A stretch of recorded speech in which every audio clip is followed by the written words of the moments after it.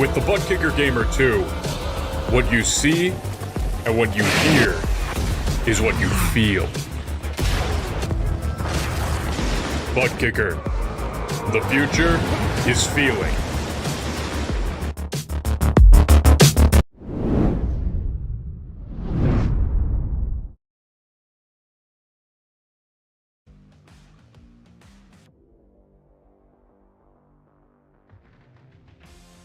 After making a statement last time out, Francisco Gonçalves and many others look to see how the second round of the PRL's F3 Series season fares out. Tonight, we're at the Classic Circuit for Circuit de Barcelona de Catalunya.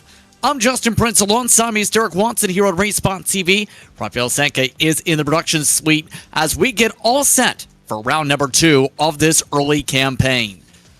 When it comes to Spain, a lot is to be expected, but when it comes to the historic layout, there are a little bits of differences. Some coming back into real-life action this year, others that just impact that drive. Derek.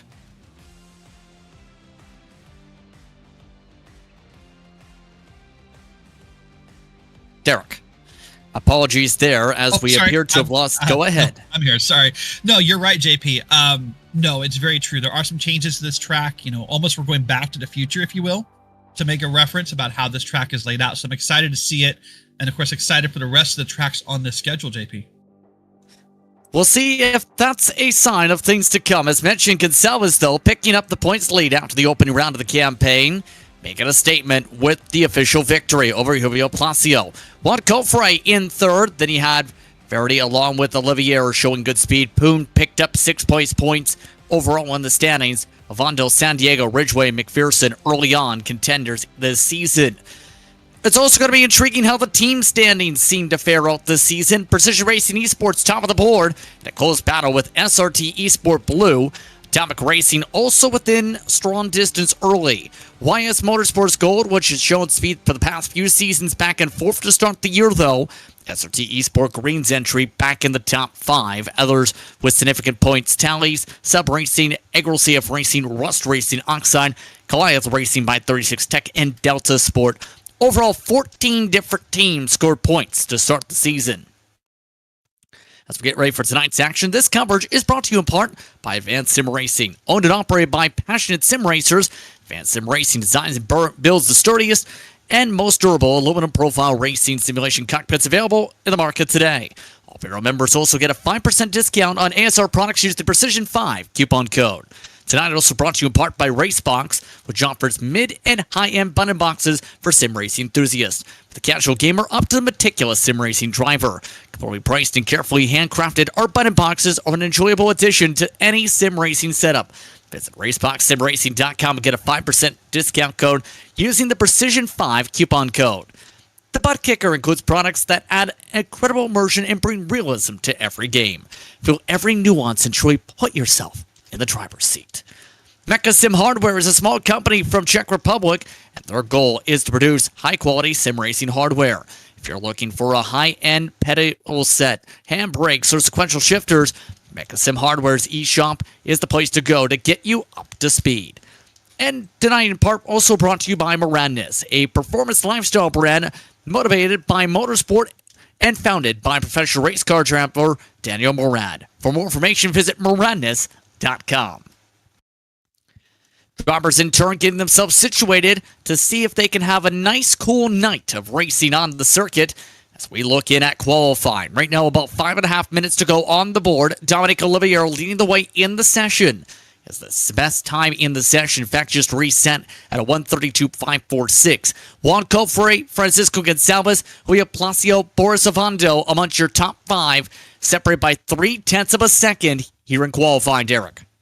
Yeah, and that's exciting to see in an open qualifying session. You don't always see this across different, races or different leagues where we have this big of a battle with 5 minutes left in open qualifying. Sometimes there's some 1 or 2 dominant drivers, and then everyone just kind of falls in line. But to see these guys separated this close, JP, it's exciting.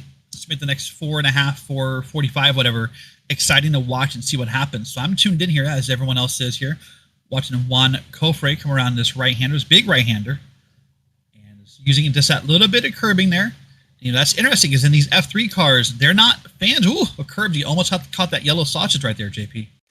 And here's the major thing to consider when it comes to this very intriguing lap. The historic layout, which is actually being shuffled towards this year in real-life action in the open-wheel circuits. Turn 13 is where you usually have a quick right-hander to start up a chicane section. Not so much tonight. That's where it's a bit more of a smoother flowing run through 13 up towards Catalonia for turn 14. So no major braking zone in that part coming out of turn 12. In turn, though, this layout also has a little bit different approach for turn 10. Instead of being basically a hard braking section, a little more of a smoother curve there as well to the outside of some of the various logos around the racetrack. So it adds a little bit of a different perspective to the track. You can even tell just the perspective just based on the difference of having sausage curbs coming towards that final corner and not right now like these drivers are doing. Yeah, and of course, you know, over time that that chicane was added between 13 and 14 to maybe add some driver safety and force these cars to slow down. But I think overall the feeling has been that A, it didn't work as well as intended, pardon me, and B, that faster run through 13 and 14 will allow a little bit more of a passing opportunity on a track that maybe doesn't have that many, Justin. You may have noticed Juan Cofre during those points being made up to the top of the board by about a couple in hundreds, but Gonçalves is on a flyer right now.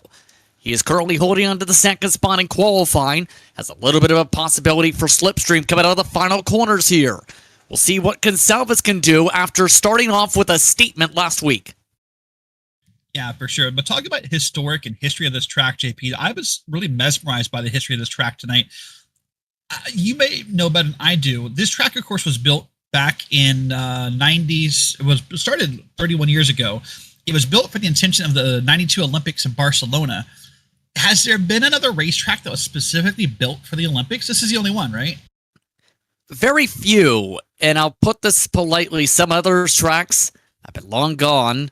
Think of the St. Louis Olympics. That had a track and field facility that was also utilized there. Yeah, that's fair. But a lot has changed over time. But this facility, though, is also utilized a lot for testing these days. Yeah, in fact, that's one of the criticisms of fans and drivers and teams of F1 is that this track is used so often for testing, Justin, that like some of the teams feel like that kills the racing because, you know, everyone knows every nuance of the track. There's nothing to learn. There's nothing to discover. That is a big, you know, naysayer opinion about this track amongst the community. Take a look at Placio, meanwhile. As we look and see how Placio fares out. This is currently entering Sector 3 right now. Placio in the 132.6s so far. That's best for fourth on the board. This is the difference mark right here. Yeah, I was watching this corner here. Nice job keeping it through here. Now I'm going to take the right-hander. Just kind of taking a look over the left-hand shoulder of Julio Placio here. And this is where it really is different. Near full throttle, in fact, to the fifth gear instead of having to go hard on the brakes. Yeah, and you think this is this could allow for, you know, a great battle down the front straight if necessary, setting it for turn one. Now, most of us think of turn one as the biggest passing opportunity on the track. We'll see that more, of course, in racing and not in qualifying. Just about a minute left here, JP. So under this open qualifying rules, they would potentially get one more shot at this after the timer expires, depending upon where they are on the track. Now, here's Dominic coming down the track. I don't know if he's going to get back out in time. We'll find out. Not going to be able to based on the positioning. Corey Precker, we're keeping an eye on 29th here in the session so far. Can Precker improve? No. He was actually a second slower. As we take a look at one of the drivers who quietly ran amongst the top 10 most of the season debut. Verity currently 8th in qualifying for Rust. You know, and for Corey Precker, he is one of those drivers, JP, who I feel like hasn't quite mastered the art of qualifying, but somehow always finds himself involved in the race. He's kind of like I guess maybe equal to Takeshi Kita in that sense, where they don't qualify well, but somehow they always end up being talked about towards the end of the race. Verity, meanwhile, up to the top 5, right at the checker flag. Placio is going for one more chance at the pole. He needs 3/10 just about a quarter of a second, in fact, to have a chance at Juan Cofre's time. Cofre, Gonzalez, Olivier appear to be having their qualifying runs done. Placio's going for it, nearly clipped the grass trying to get the final run of the corner. Where does he go on the time? It's close. No, he's not able to improve. He's a tenth slower. I think you hit that grass mark correctly, Justin. I think that grass probably slowed the car down and cost him that time there. But hey, that's what you got to do in the last lap, is let it all hang out, because what do you have to lose? You're already P4. Might as well go for it. Robert Ridgway amongst those looking to find some positions late, currently scored in around 16th position. Ridgway amongst those who were in the top 10 in points early on and charged his way through parts of the pack last time out. Yeah, he really did. I'm just kind of watching along here to see what he can do with this lap. But I mean, last week was a very exciting race in multiple ways, multiple storylines evolving. I'm hoping for more of the same tonight. Of course, this is a track that's not always known for the most exciting. Not even improvement there for Ridgway either. So that leaves only one driver left on the track, Boris Ovando. This is the last qualifier on the entire circuit. Does Ovando elect to try and put a time up on the board, or does he just peel off to the pit lane? We'll see for the 2 machine. Currently 6th in qualifying. Did not set a time last time out, and really testing how to enter the pits. That is not how you do it. I'm kind of proud of him, because that's something I feel like I talk about every week, Justin, whether it be with you here on Thursday nights with the F3, or whether it be Wednesdays with Terry Radford on the NASCAR trucks and Xfinity. That pit road entrance can give you a lot of time on race day, so good job there. Here's the major consideration. He hit the wall on that entry. Okay, yeah, you don't want to do that. Yeah, there was a reason that was mentioned. Keep an eye on pit end and warn your competitors if you say go near full throttle into the pit lane to see if you can find that little bit of a stamp to be sent. But as these drivers have finished up qualifying and get themselves situated for the grid, we're just about a couple seconds away from the population of said starting grid here at Circuit de Catalunya, Barcelona. Let's take a look at how your 37 car field lines up tonight here from Spain. It's Juan Cofre on the pole tonight, with Francisco Gonzalez up in second. Dominic Olivier starts alongside Julio Placio in the top 4. Verdi and Ovando, your top 6. Back in the 7th spot is J.R. Williams, followed by Manuel Vargas. Vargas much higher up in the grid for qualifying compared to last time out. Daniel Cranefuzz starts in 9th. Andrew Moran, amongst those in lap 1 chaos last time, he starts 10th, the former champion. Oliver Rodriguez Santos starts alongside Fabio Conde in the top 12. 13th spot, Nick Armstrong alongside Roberto Cofre, Kevin McPherson, and Robert Ridgway. Then it's Michael Downing and Blake Seedy, your top 18. Back in 19th is Steve Giori with Brad Miller. Back in 20th, Rainey and Steven Ritters, along with McDonald and Chinsky. Months, the first half or so. Lehman, Thurman, Miles, Vasconcelos, Prekor, and Kita in the top 30. Kita deep in the field, 1.2 seconds the difference first to 30th. Kyle Streichard starts in 31st. Swindells, Vincent General, along with Carter, Nonamaker, and Harris towards the back. And the last driver on tonight's starting grid ends up being one Steve Bammer in the 67 car here tonight. So 37 entrants make their way to Barcelona, Catalonia, to battle it out here tonight. Your keys to victory, Derek. Then the keys to victory in a 37-car field, Justin, is surviving the first couple corners and undercutting that pit strategy correctly. It'll be hard to get through the field here, but you can do it with those 2 moves. Just waiting on the last of the drivers to make their way to the grid.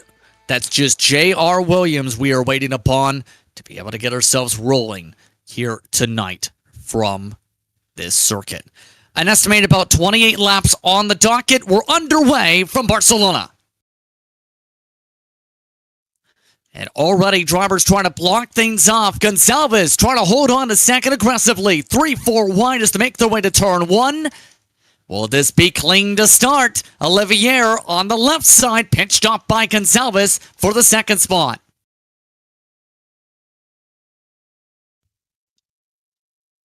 Already single file amongst the top 10, but drivers were warned, keep it safe in the opening section. No incidents to start as they make their way up towards Sector 2.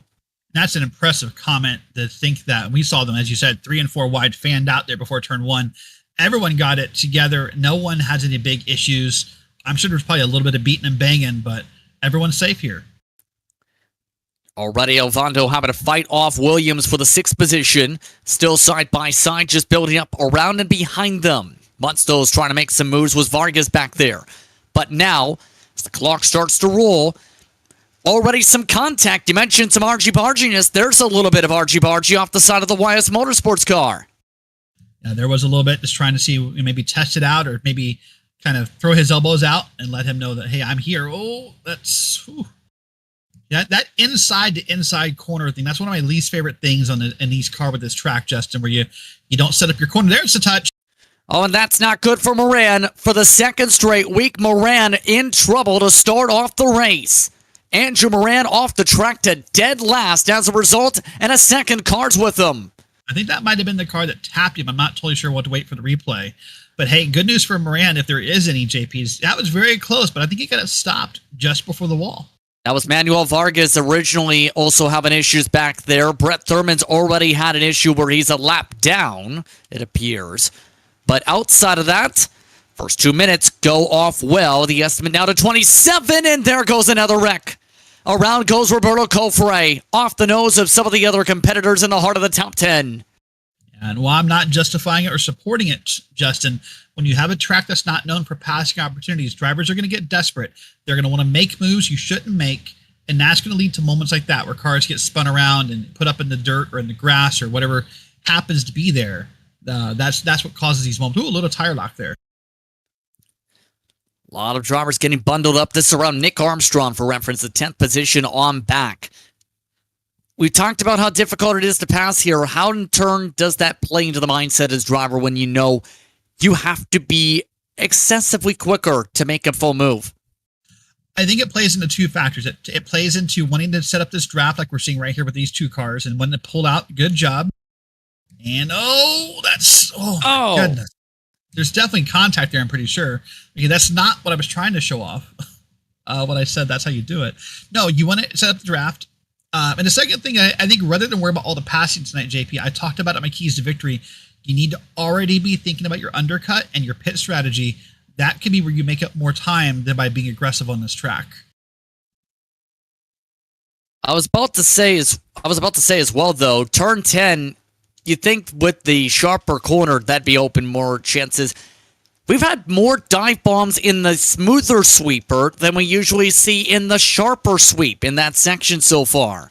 As we look still in the heart of the pack, Randy Munsto's trying to shuffle through here. So keep in mind, drivers were emphasized to think about this. The lap totals for the drivers in Sim calculated to be just inside the 45-minute mark. The reason they do that, league admins do, is because it helps the drivers calculate based on fuel for laps and not by time, where they have to think of the exact minute. So it's an easier calculation total for drivers in the sim. So they have a lap total that's estimated to be fit within 45 minutes. Very rarely we've seen a lap reduced, unless everything seems to go wrong for the leaders. Yeah, that's usually the only time we see, or if the leaders are having a really hard time with pace and tire wear, we might see the time effect come into play. But typically we do hit that lap mark at the end of the day. Now, you talked a second about being surprised about the number of dive bombs or attempts in the inside sections. And I think what that comes down to, JP, is the size of the field. This is the 37 car field. You know, typically, of course, with F1, we have 20. You have other smaller races where you have a lesser field. You don't have to be as desperate on every corner. Listen, if you're someone who started, back there like Takeshi Kita or Corey Precker or Kyle Steikars, you don't have time to be polite here. I don't like that style of driving, but I understand the mentality behind it. Keep an eye on Olivier in the midst of things in the lead grouping, by the way. About half a second difference, first and second. Clean air also a major thing when it comes to these cars. We talked about that last time out at VIR. That really is emphasized here, where you cannot run too close, or else you get a modest amount of time. Here's a good example. These drivers now in this section, it's a very aero-dependent run through turn 4 through Repsol to turn 5. Yeah, very aero-dependent. And of course, we've seen real-life drivers talk about this. We saw Daniel Ricciardo educating Will Arnett about this, where it feels easy to get up to 1 second in an F1 car behind somebody.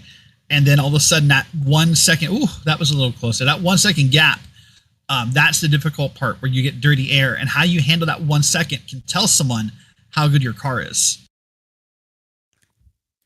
So what do you do if you're, say, Placio, who is almost out of drafting touch, already almost 1 second back of those top three? I mean, you got to try. Like, despite all that knowledge of how hard that 1 second, that 1 second bubble is, you just have to try. And I think you have to find a slightly different line, even if it's just half a car wider or half a car, closer to the corner or whatever you want to call it. You have to find a different line. Maybe it means running out, further on that track and coming back in. Just something to break that bubble and see what happens. Purple lap time is being set by Juan Cofre, by the way. A little bit of a snaky moment.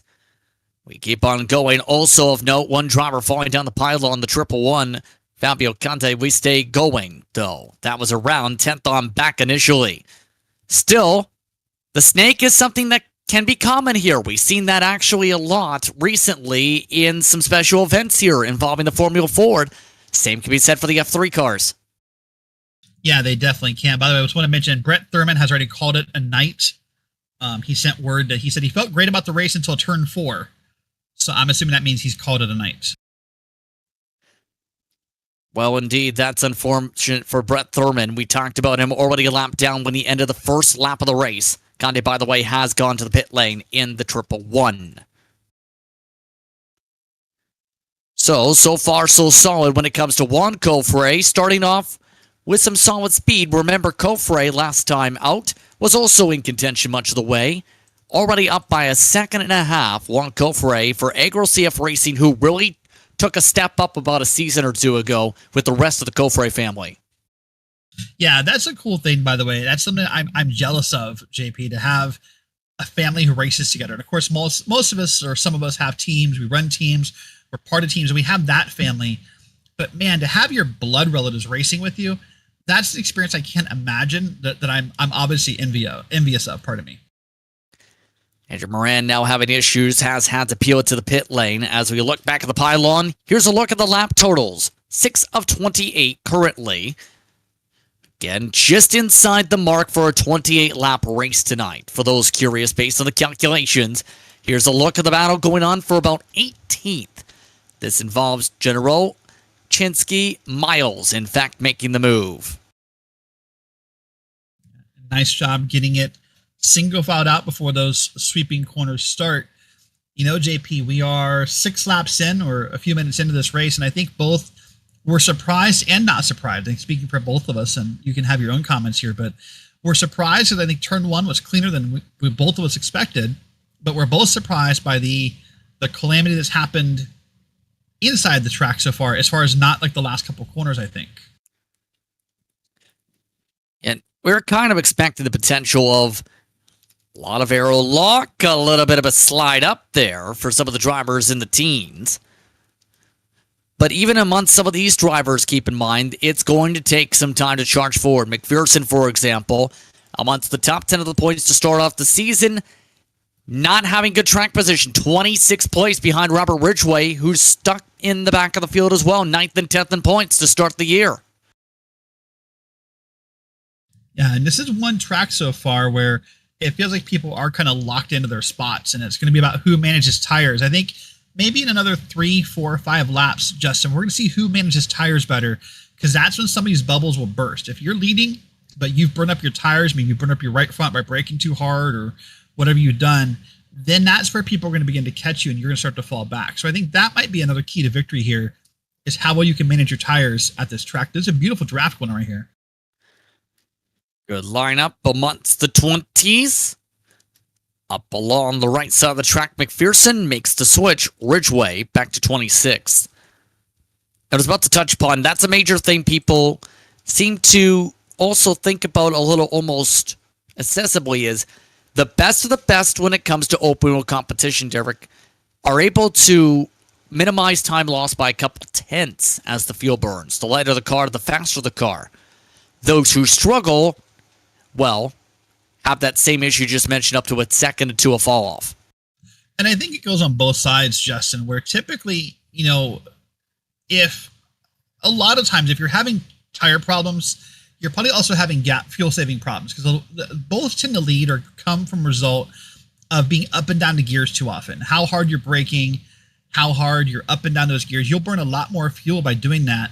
And oftentimes, if you're on the brakes too hard, or if you're up and down the gears trying to get this car to rotate or move, you're probably having tire problems as well. So it's a very interesting combo. Some drivers can have one and not the other. I used to have a teammate who could save tires all day long, but was the most expensive driver we had as far as fuel mileage. It just had to get a second job because of it. Well, we're talking about not real gas, by the way, for those curious. We're talking about time on the racetrack. That became expensive. No, it does not cost $150 to fill up your race car each pit stop. Anyhow, Olivier, amongst those that have had Placio, Verdi, as well as Ovando just about close up here. So it's now a 3-car train that's built up. Ovando's getting close to this train. Yeah, and you are right. I was being kind of facetious and sarcastic. Obviously, there's no real money involved, but it is time, and that's currency as well, because the drivers who have the best pit stops tonight will be the ones who burn a little less gas and spend maybe only a tenth, 2/10, half a second on pit road. That can mean a lot to on-track time, and I think that could really shuffle the order. We get probably another 10 laps in, and we start doing maybe 5 laps in. We start doing pit stops here.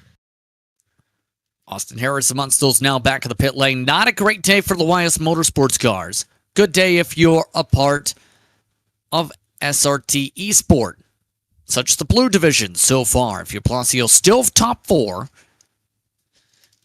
Just almost the feeling of being stuck there, but almost the strategy is going to be more so critical, as you talked about in the next 10 laps.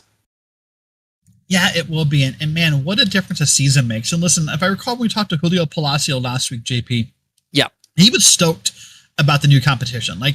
Obviously, it felt like towards the end of last season, he could do no wrong. He was up front. He was taking the pole. He was leading the laps. He was getting the points.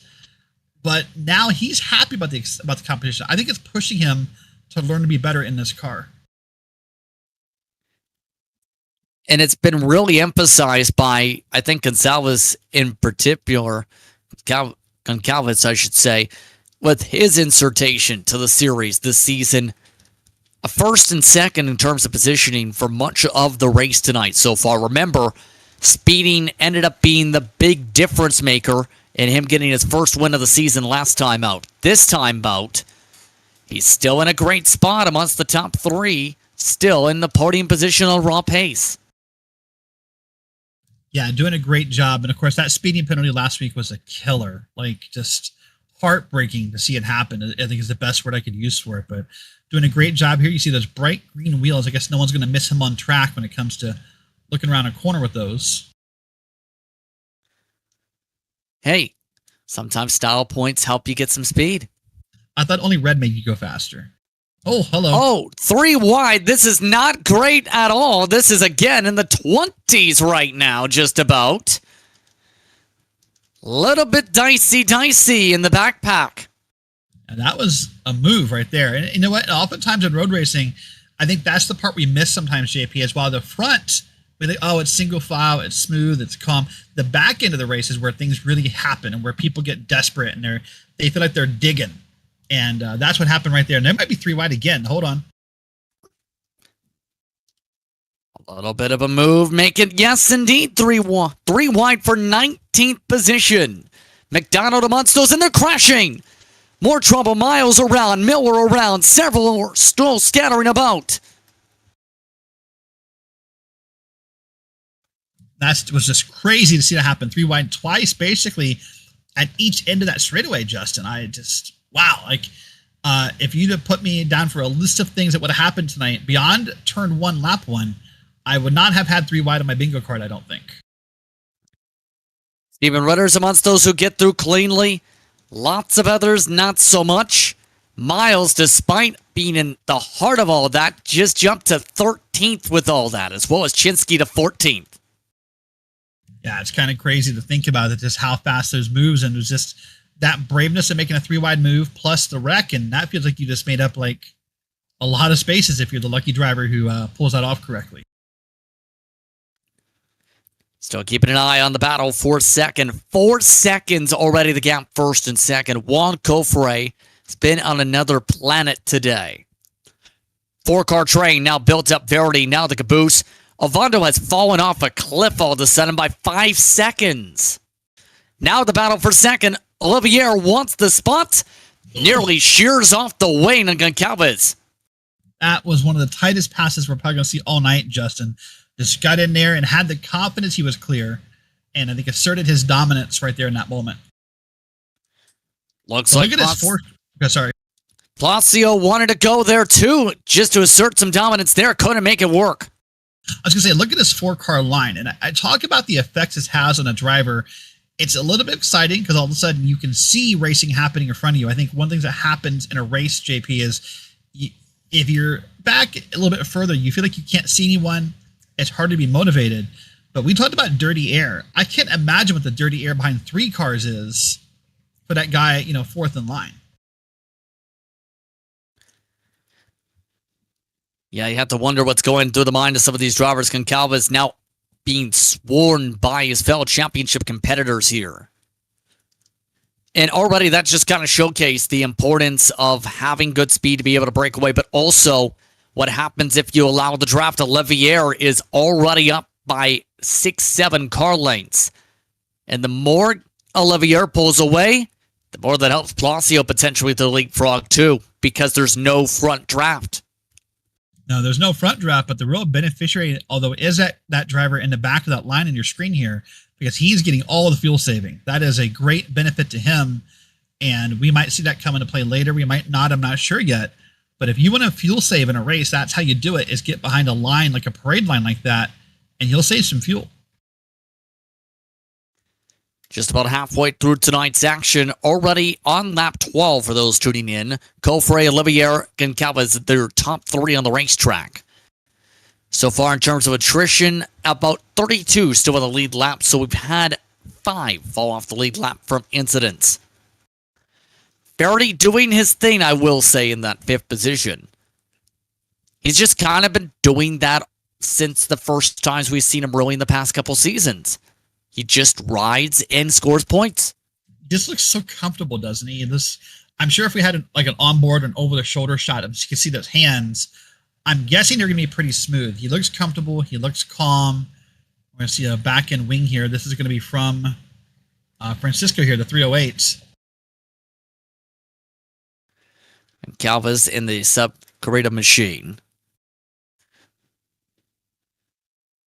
Still keeping an eye on how this all plays out, too. In the midst of this, remember the pit window expected to open up for some of the next couple laps. Most drivers likely to go with the FAR strategy. Try and save as much time as we've seen on the fuel. That's usually the trend this season.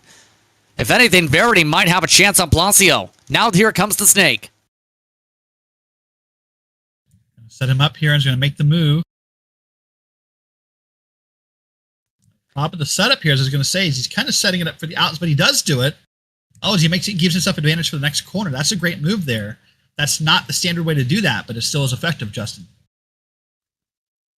Very effective indeed to make that move around the outside grooving. And now Verity up to the 4th position. And interesting enough, someone who is known more so for being in real life a product designer. Able to try and design his way up to a podium. He makes his way towards the halfway point of this race. Olivier, by the way, near already just about a second and a half up over these drivers. Yeah, and the interesting thing for Verity right there, Justin, is in a way, he's lost a little bit of that draft to the car in front of him, but even despite making the pass on Placio, he's still in a draft. He's still fuel saving. Typically in a road race or in a race like this, when you pass someone, you really kill all that fuel saving because you're the lead car, you're open air, you have clean air, what do you want to call it? But not in this case. I like this move by Verity. Get the position and still fuel save. That's a pretty good move. Indeed.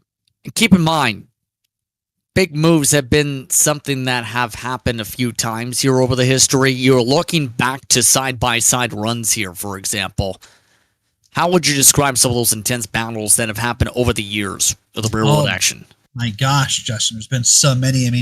We think back to, I guess what, 92, when Senna has the battle all the way down the front straight.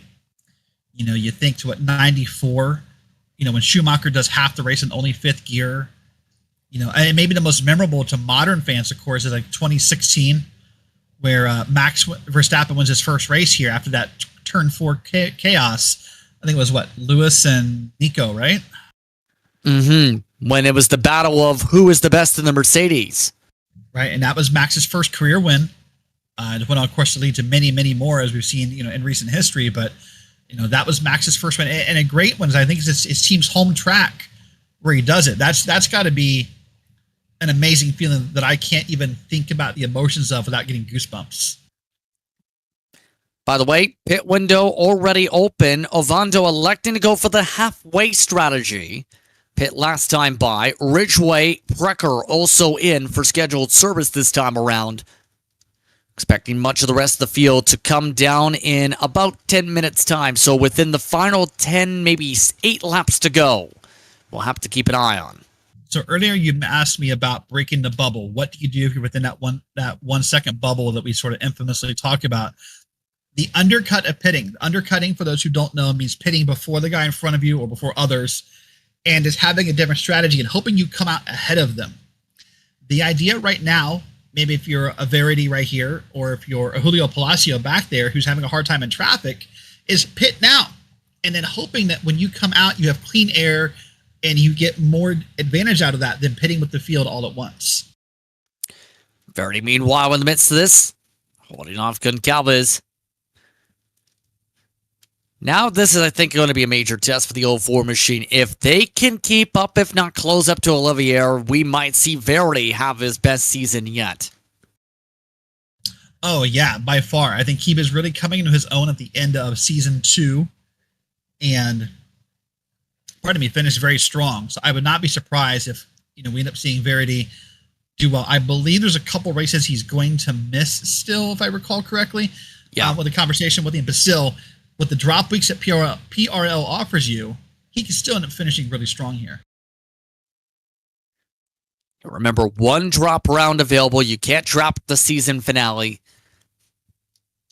Already, about half the entrants on the season are DNF'd or DNS'd to start off 2023 Season 3. Just past halfway, Juan Cofre up at the front. Here's Santos and Armstrong battling for 7th. They've gone a little bit back and forth in the midst of this battle throughout the night so far. Yeah, they really have. They've gone back and forth, and as you said, 7th and 8th here, and you see those are the times, those are the lap times last time by. So you see how identical it is. You see that tire wear does not really appear. The tire fall off so far. We're not seeing big instances. Let's take a look at our leaders here. Cofre's best time is a 32.917. Last time a 33.35. So compared to other tracks we're going to visit in the upcoming weeks, Justin, tire wear is not that big a problem.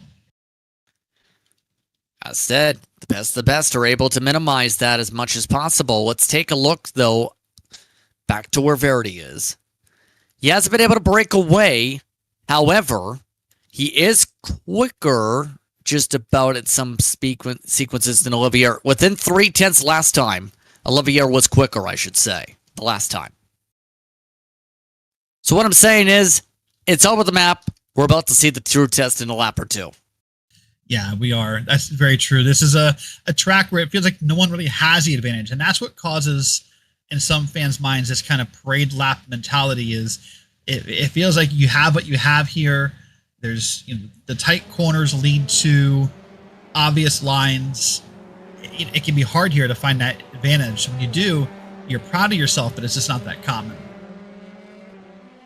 And JP, the interesting thing about this F3 schedule, as we look at it, I'm just going to read it off to you a second. I know we looked at the beginning of the broadcast. Of course, next week is Mosport, Canadian Tire. Then we're going to go to one of the newer tracks, Yaras. We got Hold on. We have the leaders in, this time by a little bit earlier than expected, in fact. At the 12 lap to go mark, Cofre, Olivier, Goncalves, Palacio, Williams, Santos, Armstrong, everybody is coming down. And that's surprising to me. I was not ready for that, 1. And 2, I'm surprised how many people are not going to try for the undercut. and want to be part of that herd mentality. But look at pit road and how busy that is. That's going to be the busiest this pit road has looked under green flag in a long time. Palacio able to get ahead of Goncalves. Verity amongst those staying out of the racetrack. Kofre still up behind by just 15 seconds. So things shuffling back towards the direction of Kofre to try and set up and run away. 6 seconds net. Make it 7 seconds net up by the time things cycle with how things are going here. So I'm excited to see where people cycle out and how it all works out, where it goes. Right in the heart of the strategy still, as we see how some of the others cycle forward. Ovando has cycled ahead of Goncalves as well. So Boris's call for the undercut, working really solidly in that PRL esports machine. Yeah, doing very well, in fact. Having a good, clean, open air. That's what we deem to be most important. But look at that car charging behind him, how wide they got out of that corner. They're trying to run him down. Goncalves just not able to close up, though. This has been a backward slide all throughout the middle to later stages. Meanwhile, as Verity comes in for his scheduled stop, we're taking a look at Precker. You mentioned Corey Precker and talked to him earlier tonight. He started at the back of the field. How's he doing on the goal setting so far? Well, his comment to me earlier said it's going to be a fun race. Just needs to avoid the lap 1 chaos, which there really wasn't any. And the rest should be awesome from there. Hopefully no huge pileups like last week.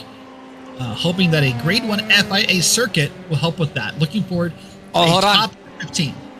Who is that stopped on the side of the racetrack you just passed by? I wasn't able to catch it. I was seeing that out of the corner of my eye as well.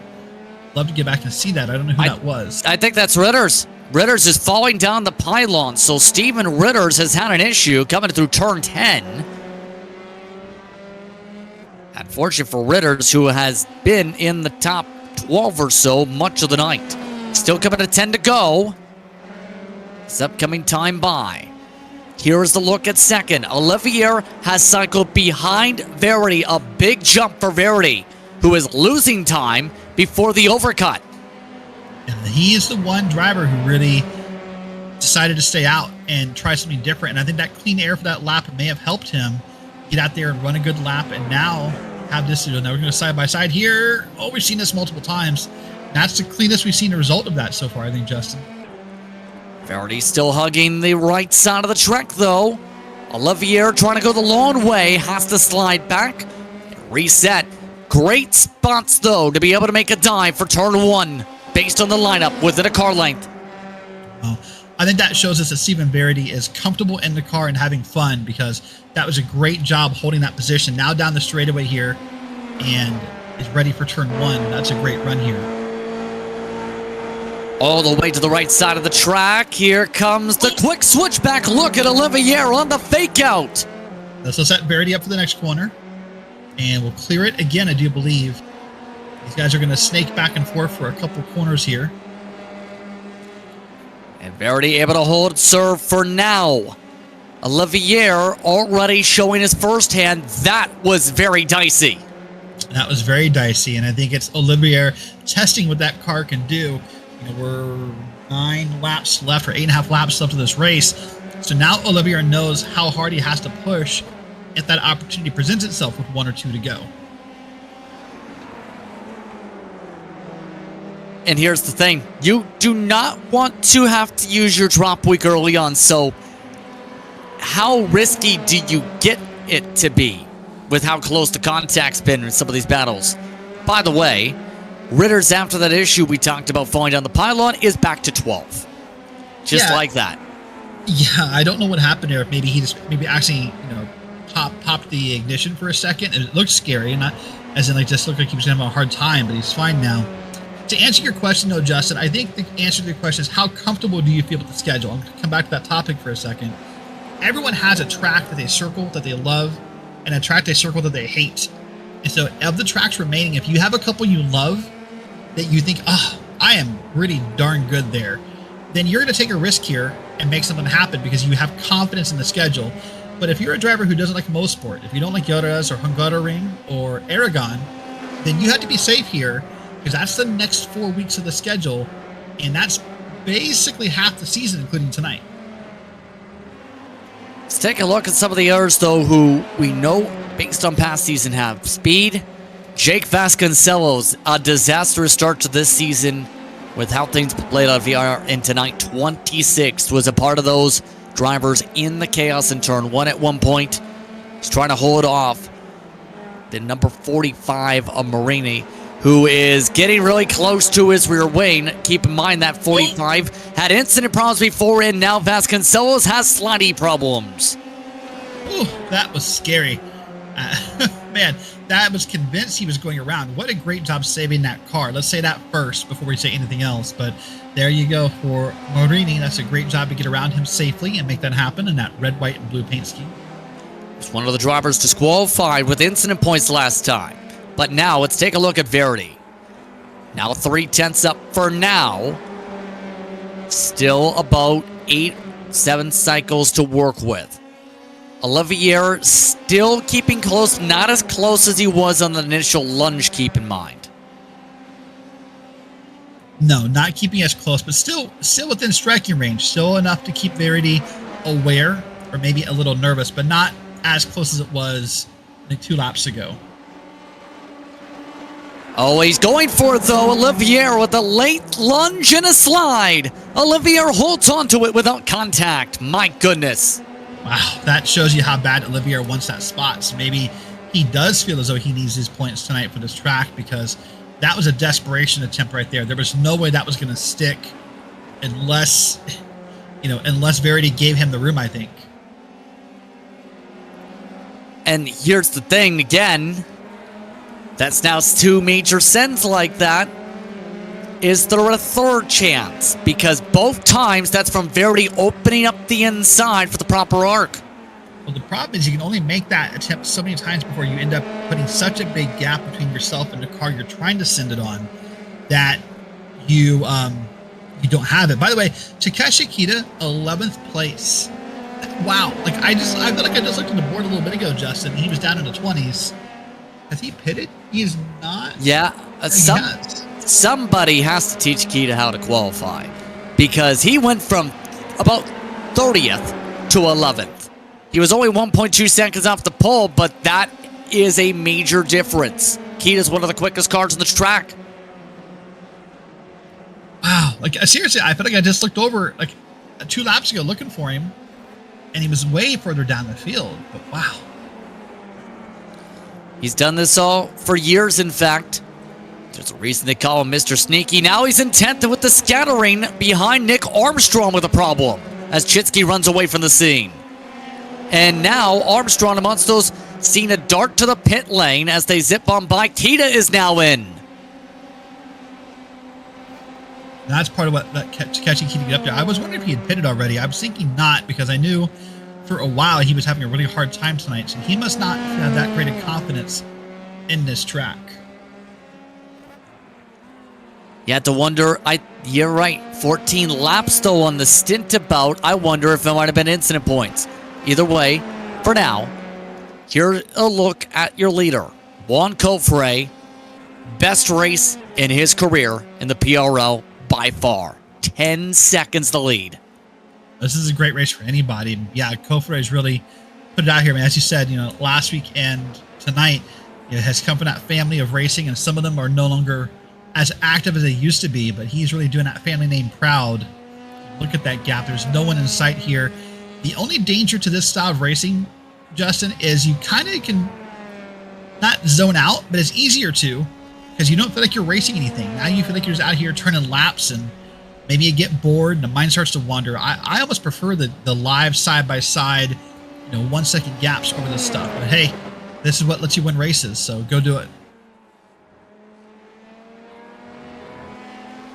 Verity still holding things off. He's actually got a much more confident buffer over Olivier after the initial few sends.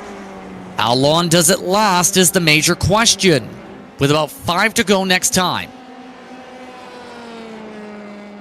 Yeah, I mean, I think the battle for the rest of this night, Justin, is going to be Verity, Palacio on back. Probably that 2, 3, 4 spot will be the biggest battle, and then the battle for 5th and 6th respectively. unless Kofre messes up here or something big happens, I can't see there being a battle for the lead. Do not jinx it, because he is looking for his first ever PRL win if he can hold on. He's looking to pull the Max Verstappen, if you will, and have his first career win here at this track.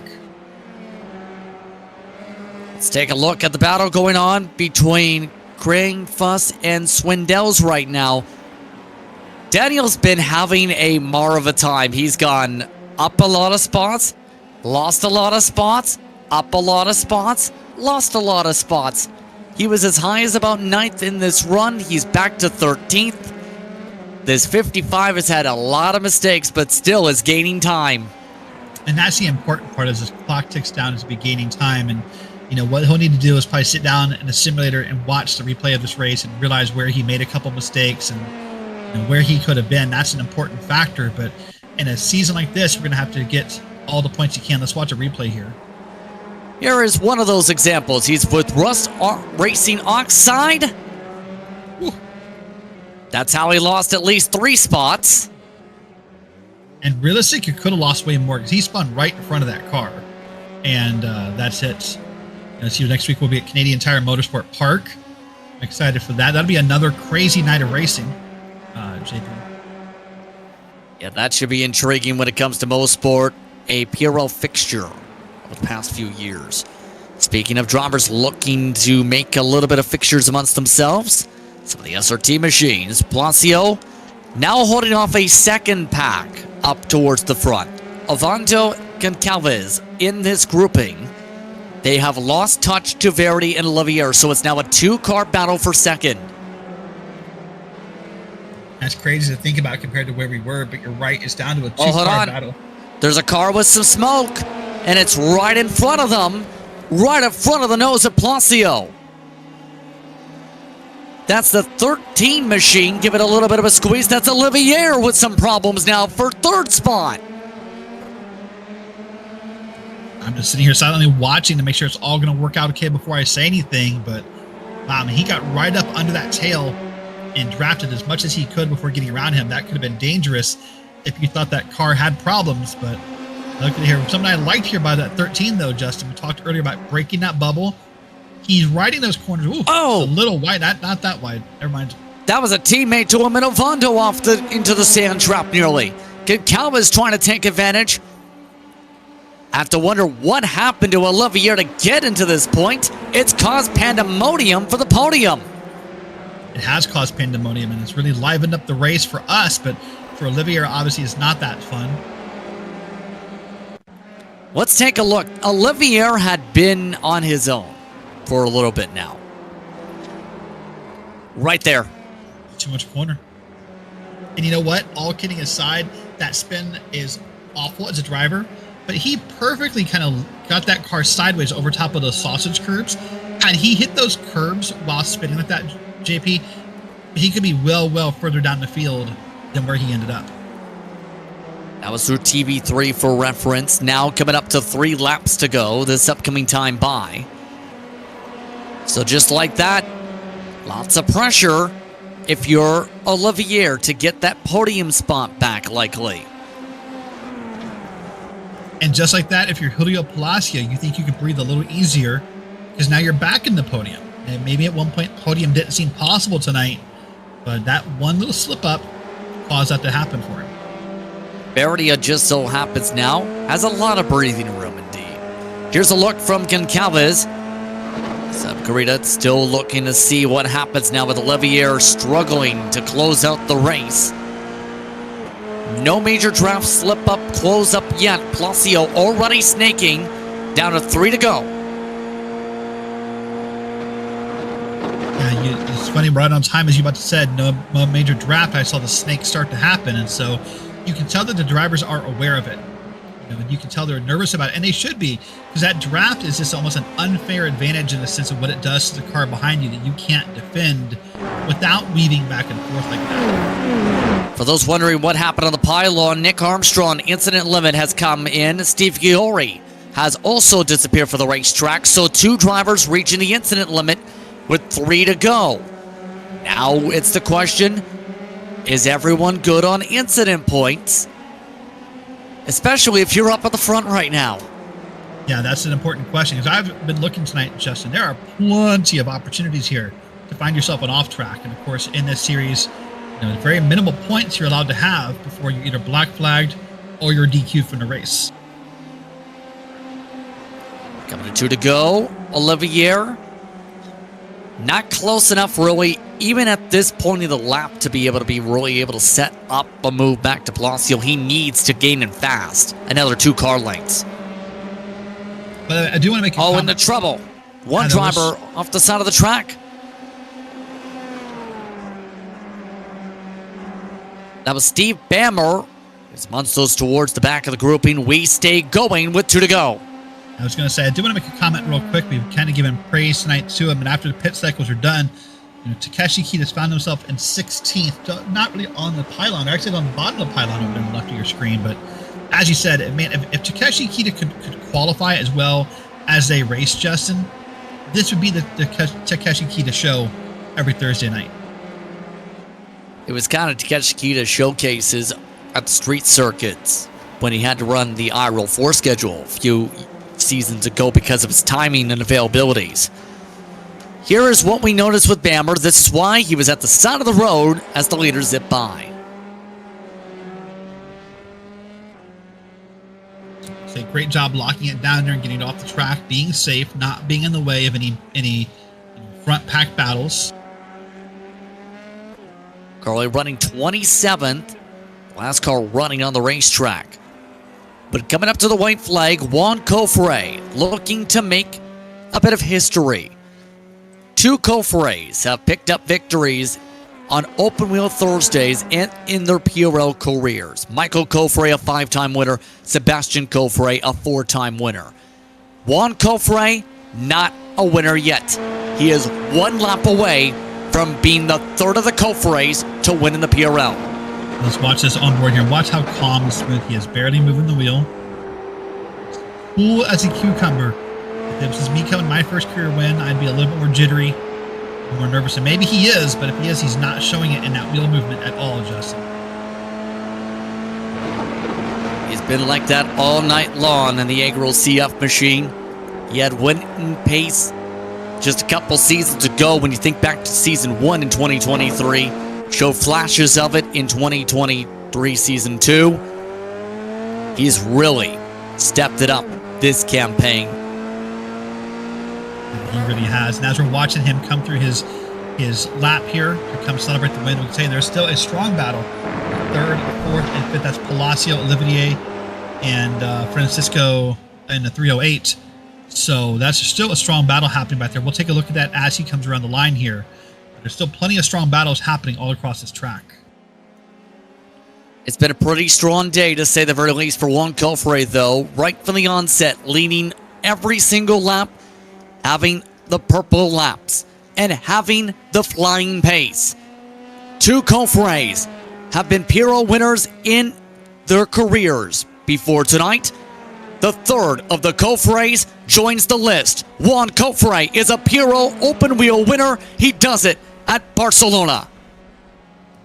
Dominating fashion, Justin. Dominating fashion. His first career PRL victory. 2nd spot goes to Verity. His highest finish of the season so far.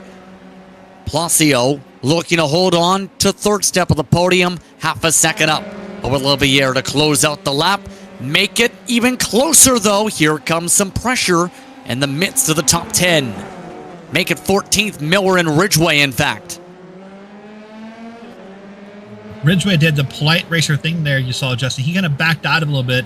I think he could have made that more of an issue, but realized by doing so, he probably would have spun Miller and turned him around. Didn't want to do that, so backed out here and maybe has succeeded this position for the race. Still no moves yet. Does Ridgway have enough time? No. Miller, who was in the midst of chaos in turn 1 at the midway point of the race, still holds on for 14th. Takeshi Kita sneaks up to 16th. Nick Armstrong, despite having to come down for incident points to serve a drive-through, 17th place for that machine. Precker does not reach his target. He's back in 20th or so. Other drivers, a grand total about 24 on the lead lap to close out the night. So the drivers look to close it on out. And what was a wild one tonight here from Circuit of Barcelona, Catalonia. Spain sometimes can be very deceptive on iRacing when it comes to where the energy levels pick up, and well, that came into play again tonight. Let's take a look at your unofficial race results. Juan Cofre, 11.8 seconds up over Stephen Verity. Placio, Olivier, Goncalves, Ovando, Williams, Santos, Chinsky, and Ritters. Your top 10, a whopping 38-second difference, the top 10. Ryan Miles was amongst those who had to dodge some of the trouble earlier on. He got up to the 11th position tonight. Crane Fuss, despite spinning around, puts up a 12th-place run. Swindell's Miller Ridgeway, the top 15. Keita Armstrong, Streichars, as well as Lehman and Preckert, the top 20. Michael Dowden, a championship contender a couple seasons ago, has had a disastrous start to this season. 21st tonight. Vargas, Vasconcelos, Nutmaker, the last of the lead lap. 1 lap down goes to McDonald, Ziti, and Bammer. 2 make it 3, in fact, down. Steve Giori, McPherson, and Carter, the top 30. 31st goes to Marini with Genero, Moran, Harris, Conte, Roberto Cofre, and Brett Thurman, all having disastrous nights. That's a look top to bottom at your unofficial race results tonight here from Spain. And what was a good night. If your last name is Cofre in the case of Juan, a first-time PRL winner. Some drivers taking the time to speak with us here with tonight's action. Stephen Verity now taking the time to step up, second step of the podium in what was a wild festivity affair. He's with Derek. Stephen, what a great job tonight in that 04 machine. You came home with a solid finish. What was the racing like out there?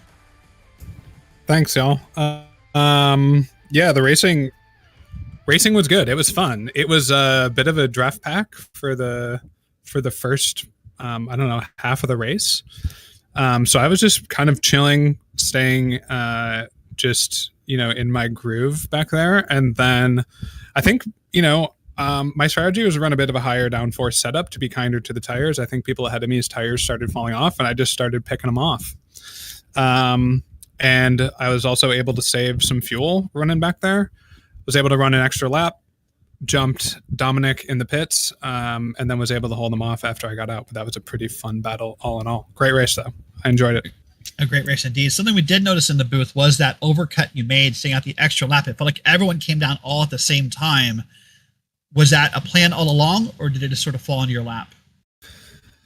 It sort of fell into my lap. I mean, I was doing some big lifting and coasting, and I was, I think during the race, not really sure how it would play out. And as it turned out, I was right on the cusp there. I was sputtering into my pit stall, so was able just to eke out an extra lap, and I thought that I had better pace because I was pretty easily keeping up with the pack. And so I was happy to find out that was true once I came back out on track. And the last question I have for you. So after the pit stops, you saw you and Olivier having a really tight battle through the corners and kind of the advantage on each side going back and forth. How nervous were you? There was a time we thought Olivier maybe sent it a little too hard. Were you feeling that way, or did it feel just like good, clean racing down there? I mean, in the end, it was good, clean racing. I don't think we ever made contact. It was very close, I know. But no, I wasn't. I was just pretty in the zone, right? And I was just kind of like, whatever, I'm just going to fight this, and we'll see what happens. Again, I think the higher downforce helps carry a little bit more speed, especially into turn one. Yeah, and so that was a good scrap. I'm excited to watch that one back, but yeah, felt fair to me. Fair enough. Well, listen, you were P4 coming to the points tonight. A P2 will definitely help you. Good job tonight. Thanks so much. Appreciate it. You're welcome. But Justin, that is the driver at the 04 machine, Mr. Stephen Verity. And back to you. Verity indeed doing well tonight. Same for Placio. Julio tonight, top 3 run. Seemed to get very intense, though, after the troubles with Olivier. What was that reaction like to seeing what was happening with Olivier after his slide to get right back to you? Yeah, it was crazy. He was trying to save the tires in the first part of the stint. Had nothing for Juan, but I thought good catch up with Steven. He did a great race, and I almost spun out there with a couple of laps to go, which brought everybody back to me. But I tell you, man, that was a tough race. It was all about saving tires and having something at the end, and it was almost like driving on ice. But that was a lot of fun, and I'm really tired. Well, indeed, and so far, it's been a good run when it comes to the organization. Your team actually in the championship conversation in the early going for the team standings and the battle for finding consistency. What's that going to be like now, though, to be able to find that speed this season when it comes to compared to last campaigns? Yeah, I definitely got to keep working on it. I was a little close. I mean, this was a tough track. You either had it or you didn't. And I just got to keep fighting for the podiums, hopefully get a couple of wins in, keep the consistency. We got J.R. Williams on as a teammate as well. He's great. He was right behind me there. So, yeah, we're hoping for the team championship and keep on plugging away. So on that note, Mo Sports up next. How do you feel about going to Canadian land? Yeah, that's going to be another fun one. So that should be that should be a blast. I know it was last season, and looking forward to it. It should be good. Well, congrats on the podium tonight once again, Julio. Thanks, guys. I appreciate it. Julio Palacio comes away with the top 3 run tonight. I'd thank him as well as Stephen Verity for taking the time to speak with us during post-race coverage here on RaceSpot. So as we get ready for Mo Sport, Canadian Tire Motorsport Park, next on the docket in the month of July as we change the calendar pages. 9:30 p.m. Eastern Time, July the 5th. That should be an intriguing one, Derek, as we go racing up north in Canada, just around the GTA region. Yeah, it'll be a very fun track. I think a little bit different than tonight, but still very touchy on that pedal. It'll be different racing, but still very tight, and I'm looking forward to it. So we'll see how the drivers fare out once we get up to Mo Sport.